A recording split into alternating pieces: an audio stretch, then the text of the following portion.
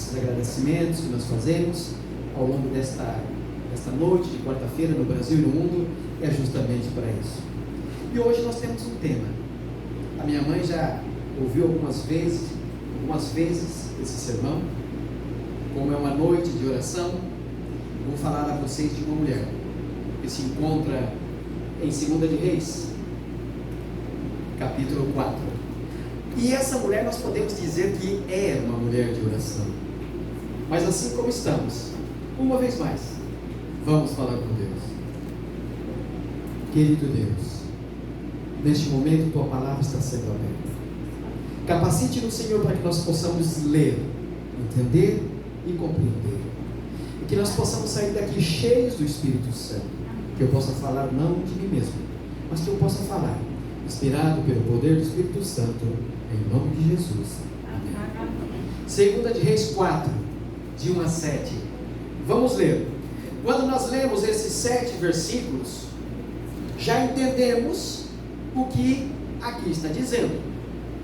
Quando nós lemos um versículo bíblico, a gente tem que ler, a gente tem que entender, a gente tem que explicar e também aplicar para as nossas vidas. E aqui diz, 2 de Reis 4, de 1 a 7. E uma mulher das mulheres dos filhos dos profetas clamou a Eliseu dizendo: meu marido, teu servo, morreu. E tu sabes que teu servo temia ao Senhor. E veio o credor para levar os meus 2 filhos para serem servos. E Eliseu lhe disse: que hei de fazer por ti? Diz-me, o que é que tens em casa? E ela disse: tua serva não tem nada, senão uma botija com azeite. Então disse ele: vai, pede emprestadas a todos os teus vizinhos vasilhas vazias, não poucas. Então entra e fecha a porta sobre ti e sobre os teus filhos, e deita o azeite em todas aquelas vasilhas. Põe à parte as que estiverem cheias. Partiu, pois, ele e fechou a porta sobre si e sobre os seus filhos, e eles lhes traziam as vasilhas, e ela as enchia. E sucedeu que, cheia que foram as vasilhas, disse a seu filho: trazei-me ainda uma vasilha. Porém, ele lhe disse: mamãe, não há mais vasilha alguma. Então o azeite parou. Então veio ela e fez saber ao homem de Deus, e disse ele: vai, vende o azeite, paga a tua dívida, e tu e teus filhos vivei o resto. Esses 7 versículos, quando nós lemos, já entendemos o que vem dizendo neste contexto. E ela começa dizendo: meu marido, ela diz, o teu servo, meu marido, teu servo morreu, e tu sabes que teu servo temia quem? Ao Senhor. E veio o credor. Vamos traduzir esta palavra. E veio os agiotas a levar os meus 2 filhos a serem servos. Vamos trocar esta palavra servos, escravos. É o que acontecia no passado. Então essa mulher, uma mulher de oração, pelos relatos, era uma jovem viúva, mãe de 2 filhos pequenos. Ela estava em desespero porque o marido acabara de falecer, estava se preparando para ser um profeta que hoje seria pastor. Ambos se preparavam para ser uma família pastoral. Estava aproximadamente o ano 852 antes de Jesus. Jorão era o rei de Israel que reinou por 12 anos. Então Jorão era o rei de Israel neste período e reinou por 12 anos a nação. Josafá era o rei de Judá e ele reinou essa nação de Judá por aproximadamente 25 anos.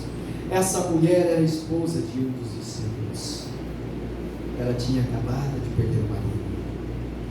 Quando nós lemos o texto, e quando ela diz: meu marido, o teu servo, temia o Senhor, era uma família temente a Deus. Nós começamos a entender então que homens de Deus cometem o quê? Erros. Mulheres de Deus cometem o quê? Erros. Por isso o apóstolo João escreveu: filhinhos, vos escrevo para que não o quê? Pequeis. Todavia, porventura, caso vier a pecar, um advogado nós temos para com o Pai, que é quem? Jesus Cristo, o justo. E ele diz isso quando? Quando nós nos tornamos novas criaturas. Esses dias atrás teve um batismo aqui. Algumas pessoas rebatizaram, se tornando novas criaturas. Aí então entra esse versículo: todavia, caso vier a pecar um advogado, temos para com o Pai, que é Jesus Cristo, o justo. Aquele que disse: eu sou o caminho, a verdade e a vida.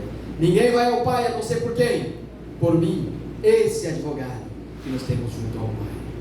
Mas havia um motivo especial para que esse homem contraíra essa dívida. Muito jovem, seria um futuro profeta, seria um futuro pastor, estava se preparando, mas deixou a esposa, a jovem viúva com os filhos, sem nada. Possivelmente, uma linha de raciocínio das quais essa família estava endividada era que Obadias havia sustentado 100 profetas. Houve um período em que uma mulher que não era do povo de Deus, ela veio para o seio, veio para o coração do povo de Israel, e ela dominava aquela nação. Consigo trouxe 850 deuses para o centro da nação israelense. Uma mulher que casou com o rei Acabe, um rei que no passado não aprendeu com um homem, humanamente falando, não houve antes nem haverá depois. Ellen White menciona sobre esse homem, sobre esse rei de Israel, sobre esse filho de Davi. Você sabe quem é esse homem? Esse rei de Israel, que foi inteligente? Salomão. E qual foi o erro de Salomão, biblicamente falando? Neemias 13, versículo 26. Casar com uma mulher que não era do povo de quem? De Deus. Agora o rei Acabe não aprendeu com o que aconteceu no passado. Casa com uma mulher que traz para o seio de Israel 850 deuses.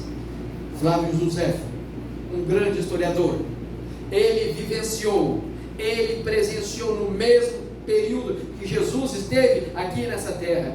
Então ele menciona em seus relatos que em 1 de Reis 18, versículo 4, ele diz o seguinte: porque sucedeu que, destruindo Jezabel os profetas do Senhor, Obadias tomou 100 profetas, e de 50 em 50 os escondeu em covas e sustentou a pão e água. Talvez, possivelmente, é uma possibilidade muito forte de que esse homem que estudava, que se preparava para ser um profeta, foi o homem que contraiu essa dívida para sustentar lá atrás 100 profetas que estavam sendo caçados como animais por um rei de Israel, por um ungido de Deus. Esse homem, esse rei de Israel, juntamente com a mulher, estava caçando os profetas de Deus. Estranho, não é mesmo? A Bíblia menciona pessoas do passado, reis de Israel, eram ungidos de Deus, mas que foram maus. Nós temos a história de um profeta chamado Eli. E quem eram seus filhos? Ofni e Finéias. A Bíblia diz que eram maus, eram profetas e eram maus. Deus levanta então outro profeta, para que esse profeta pudesse trazer a paz e a esperança para o coração de Israel. Estou falando de Samuel. E Samuel teve filhos, e os filhos do profeta Samuel foram maus, igual os filhos de Eli, Ofni e Finéias. No Antigo Oriente, as viúvas por si mesmas já eram muito vulneráveis à pobreza. Muito mais então, uma viúva de profeta ficava ainda mais exposta a passar dificuldade, pois os profetas do passado eram homens poderosos, mas viviam na provisão diária de Deus. Vocês conhecem a história de que 2 apóstolos de Jesus estavam adentrando uma das portas de Jerusalém. Eram 12. Cada porta tinha uma função. Não se entrava na mesma porta e saía na mesma porta.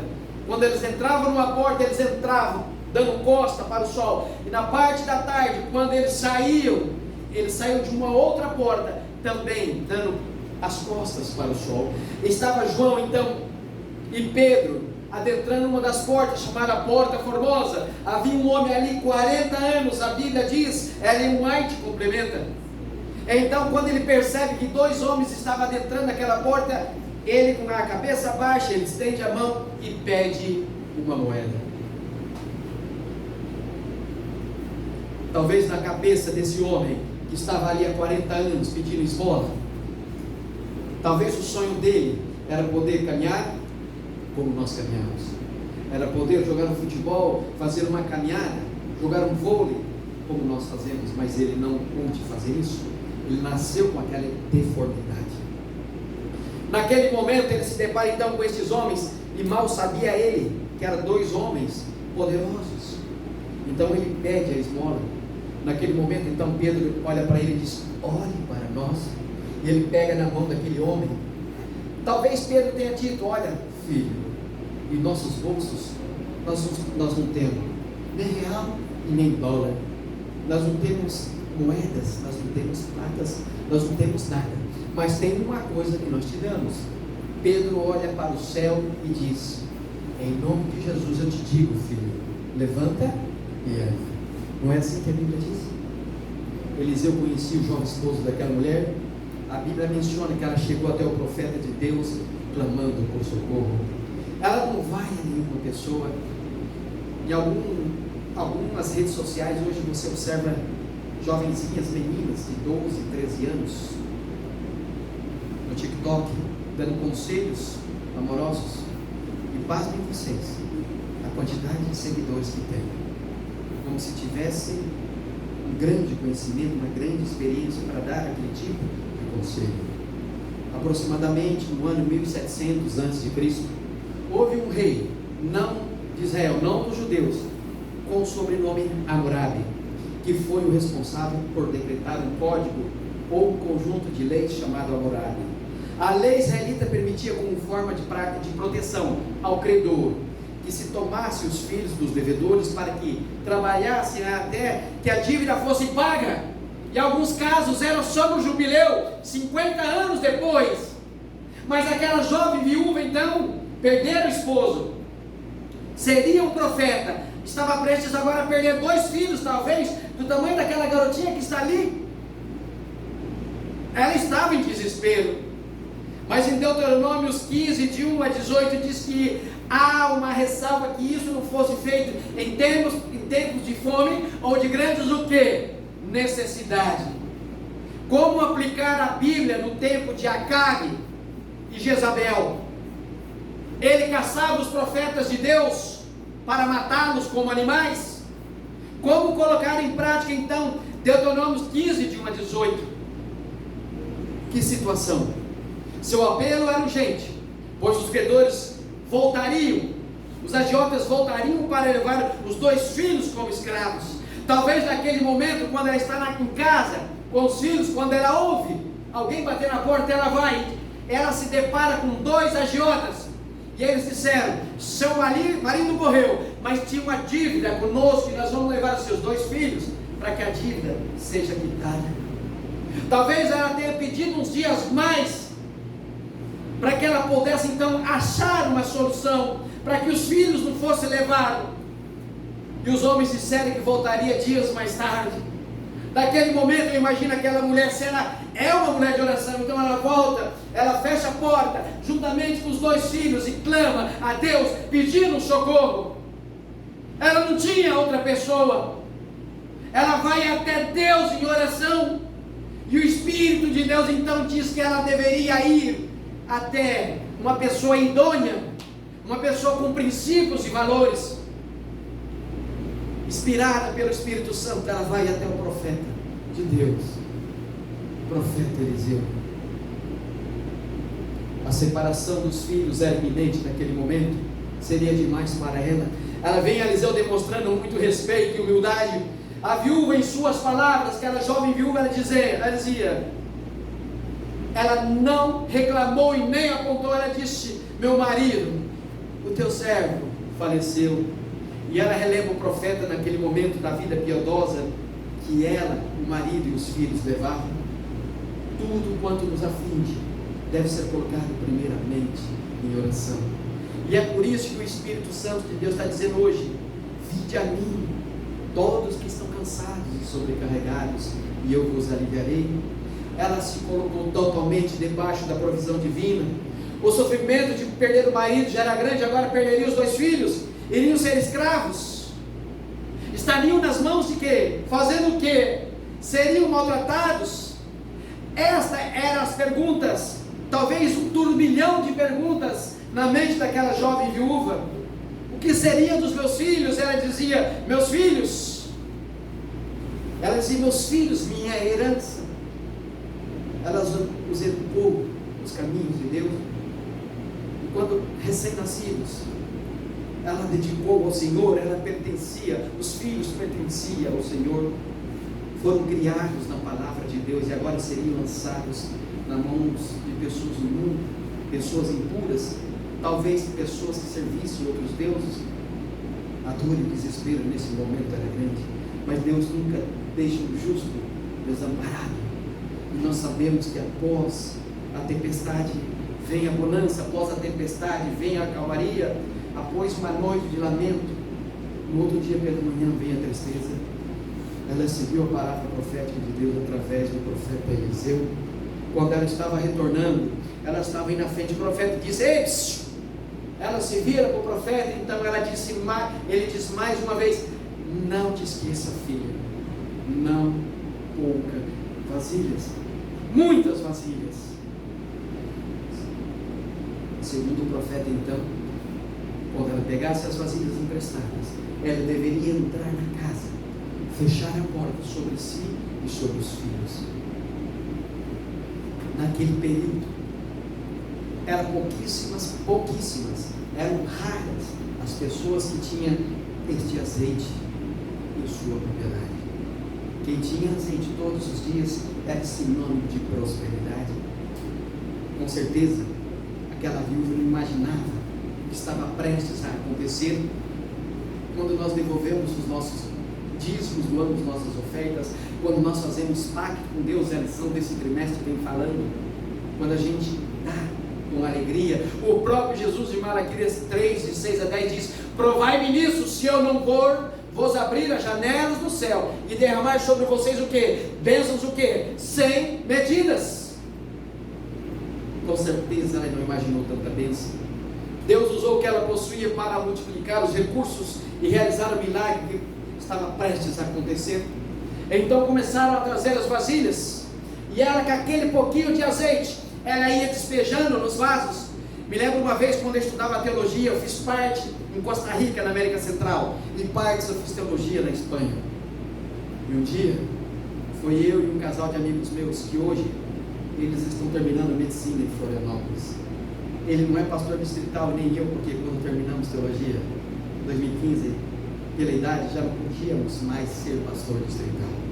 Mas um dia, quando a gente estava na Espanha, isso foi em 2013, resolvemos ir para Marrocos, um outro continente, e Sagunto, na Espanha, onde está o seminário de teologia, até o Jazira, a fronteira, é 1000 quilômetros.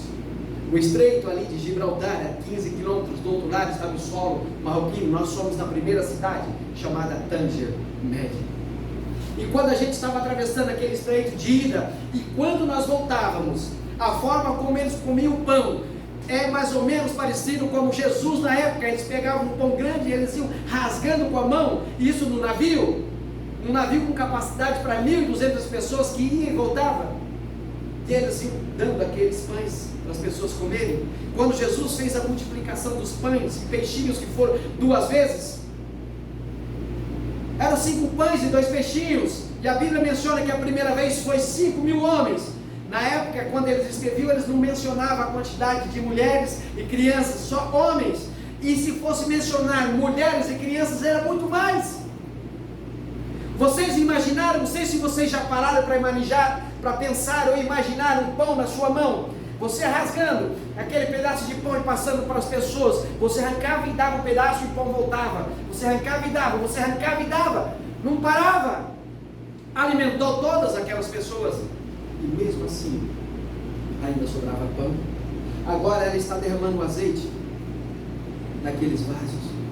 Houve um momento que a mãe disse: filho, trazei mais uma outra vasilha. filho disse: mamãe, não há mais vasilha alguma. Então a Bíblia menciona que nesse momento o azeite cessou. Eu fico imaginando então, mais uma vez, aquela mãe, aquela jovem viúva de joelhos com os filhos, orando e agradecendo a Deus. Mas não parou por aí, ela volta novamente até um homem com princípios e valores. Ela vai até um profeta de Deus e disse: profeta, o senhor não vai acreditar no que aconteceu na minha casa. Eu pedi muitas vasilhas e ela não teve problema de pedir vasilhas, porque era uma verdadeira cristã. Quantas vezes nós, como cristãos, ao redor da nossa casa, na quadra, às vezes as pessoas não conversam conosco, porque nós somos cristãos, segundo nós dizemos que temos princípios e valores, mas nós somos chatos com os nossos vizinhos. Nós dizemos que somos adventistas, mas nós não testemunhamos como verdadeiros adventistas. E nesse caso, teríamos problemas para recorrer à vizinhança toda para trazer vasilha para casa, mas ela não. Quantas vasilhas ela trouxe? Muitas vasilhas. Milagre se cessou.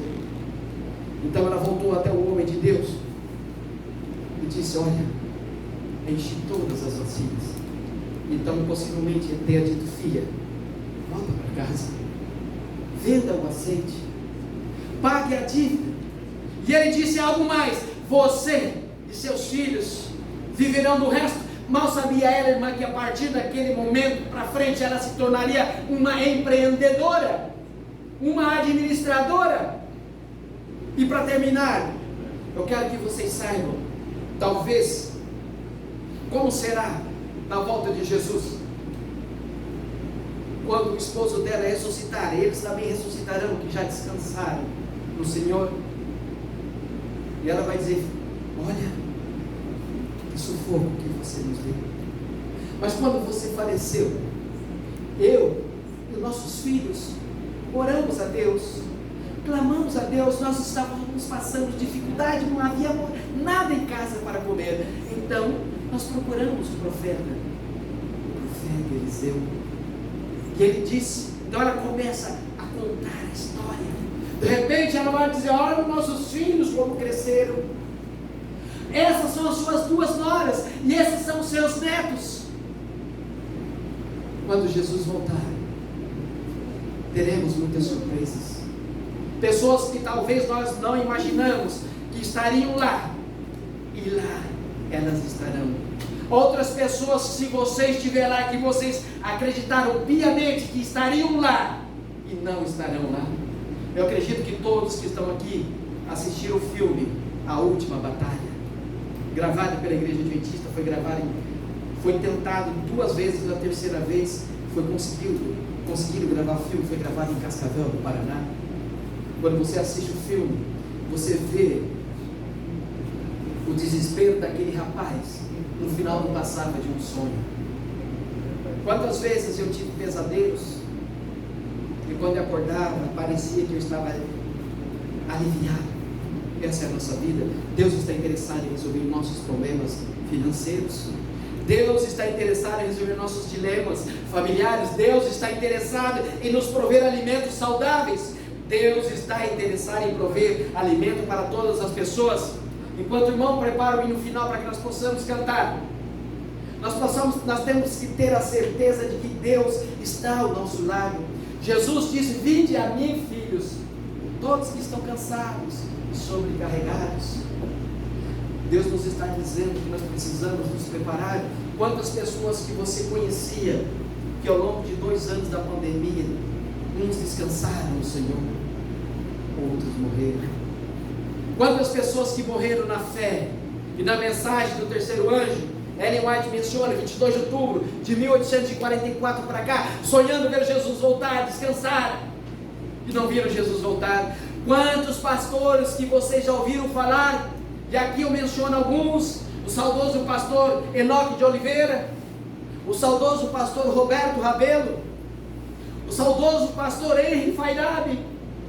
Quantas pessoas que já faleceram, que se nós pudéssemos acrescentar na galeria de heróis da fé de Hebreus 11, poderíamos colocar, mas a lista se tornaria imensa. Ao toque da 7ª trombeta, há 5 anos atrás, quando eu fiz o culto fúnebre de meu pai, na igreja central de Rolim de Moura, Rondônia. A minha mãe está aqui, ela sabe disso.